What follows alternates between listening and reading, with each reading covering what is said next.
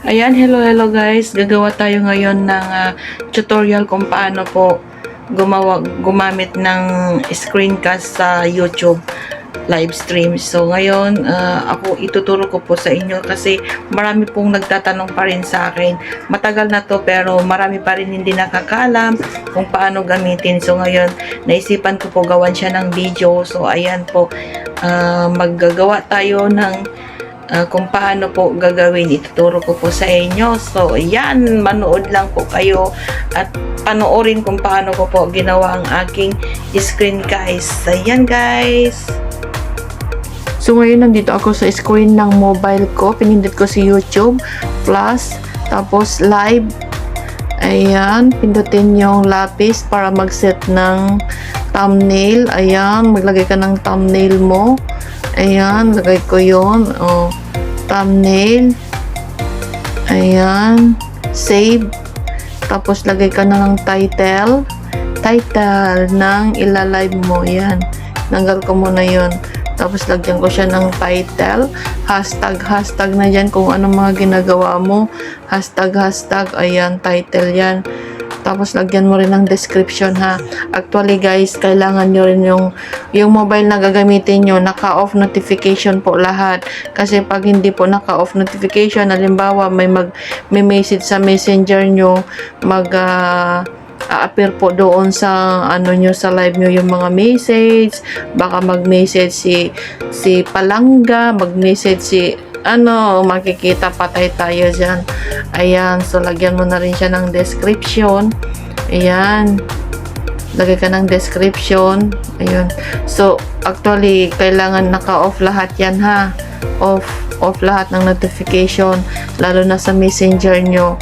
At dapat naka-download na kayo ng Google Photo kasi doon nyo makikita yung Google Photo, yung video nyo. So ayan, naglalagay ako ng ng description. Ayan. After that, screencast, pindutin, i-on. Tapos, advanced setting para sa dollars mo kung monetize channel ka na. Ayan. Tapos, back to arrow sa taas. I-next. Not for kids. Next. Next ulit. Ayan. Got it mo. Lalabas si got it. Tapos, waiting for start now. Ayan. Start now. Pero hindi pa kayo naka-live niyan, ha. Pindutin si start now para mapunta kayo kay Google Photo. Ayan. Sa Google Photo na tayo, guys. Ayan. Sa Google Photo. Ayan. Tingnan nyo na nandyan yung nandyan yung video nyo. Dapat yung video dyan is naka-setting na yung mga video nang naka-lock on na siya.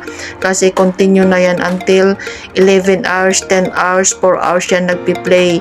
Pag mag-end na kayo, tsaka rin siya maghinto yung video nyo. Ayan. So, hanapin yung video.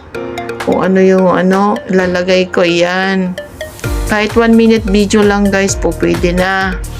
Ayan. Yan lang. O, diba? O, nakalagay na yung video. Tapos, ngayon naman, tingnan natin yung, yung kung gusto mo siyang isarado yung camera mo, pindutin mo sa taas. Kung gusto mo naman ding liitan yung picture mo, yung profile picture mo, liitan mo, pwede. May settings dyan sa taas. Medyo kasi yun, ayun, nandun sa settings. May settings dyan, tabi ng go live. Ayan. Pindutin mo yan para liitan si profile. Ayun, pindutin mo papunta dun sa maliit. Yung may malaki, may maliit pa. Pinahila ko yun para ayan. So, nagiging maliit na siya. Ngayon, i-google live mo na yan. Mag-google live ka na. At kung ayaw mo naman na maririnig yung mga boses, para hindi maingay yung video mo, kung maingay yung video mo, pwede mo rin siyang pinutin doon, sa microphone, i-silent mo yon. naka-mute. Pwede mo siyang i-mute dyan. So, yan lang guys. Sana nagustuhan yung aking tutorial. Kahit marami nang nakakaalam, pero mayroon pa rin nagtatanong sa akin, kaya ginawan ko siya ng video. So, ayan. Go live muna. Enjoy! So, yan lang guys. Thank you for So, watching. Yan lang po ang kung paano po gamitin ang screencast live. So, yan. Sana po nagustuhan nyo. Salamat po. Mega love shoutout sa lahat.